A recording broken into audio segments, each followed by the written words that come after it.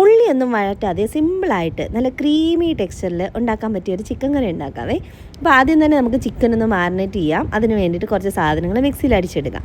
ആദ്യം മിക്സിയുടെ ജാറിലേക്ക് കുറച്ച് ഇഞ്ചി, വെളുത്തുള്ളി, പച്ചമുളക്, സവോള, അതുപോലെ മല്ലിയില, പുതിനയില, പിന്നെ കുറച്ച് കാഷ്യൂനട്ട്, കുറച്ച് തൈര്, മഞ്ഞൾപ്പൊടി, കുറച്ച് ഗരം മസാല, കുരുമുളക് പൊടി, ജീരകത്തിൻ്റെ പൊടി, ഇതെല്ലാം കൂടെ മിക്സിയുടെ ജാറിലിട്ട് നല്ല ഫൈനായിട്ട് അങ്ങ് അരച്ചെടുക്കണേ.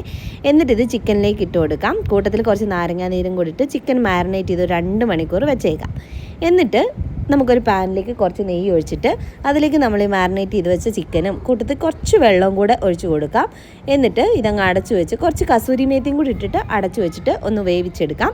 ചിക്കനൊരു ഹാഫ് കുക്കായി കഴിയുമ്പോഴത്തേക്കും നമുക്കതിലേക്ക് കുറച്ച് ഗരം മസാലയും കുരുമുളക് പൊടിയും കൂടി ചേർത്ത് കൊടുക്കാം. കൂട്ടത്തിൽ കുറച്ച് ഷുഗറും കൂടെ ആഡ് ചെയ്യുന്നുണ്ടേ.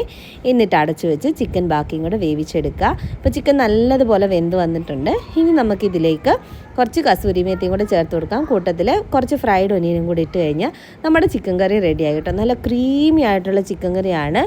ഞാനിത് കഴിച്ചത് കാശ്മീരി പുലാവിൻ്റെ കൂടെ ആയിരുന്നു. പുലാവിൻ്റെ വീഡിയോ ഇട്ടപ്പോൾ ഞാൻ പറഞ്ഞിട്ടുണ്ടായിരുന്നു ഒരു സ്പെഷ്യൽ ചിക്കൻ കറിയുടെ വീഡിയോ ഉണ്ടെന്ന്.